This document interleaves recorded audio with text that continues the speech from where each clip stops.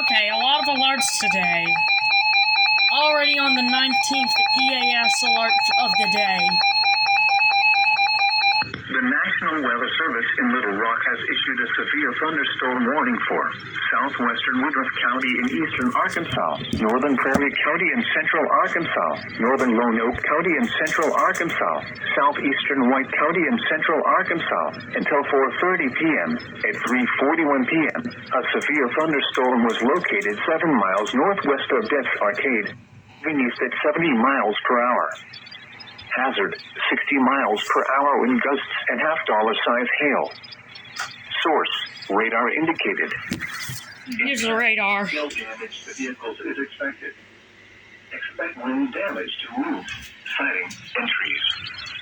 Locations impacted include Death's Arcade, Thurman, Dixie, Sand Hill, Jasmine, Little Dixie, McClellan, Gregory, Haley, That's Hickory kinda Plains, Georgetown.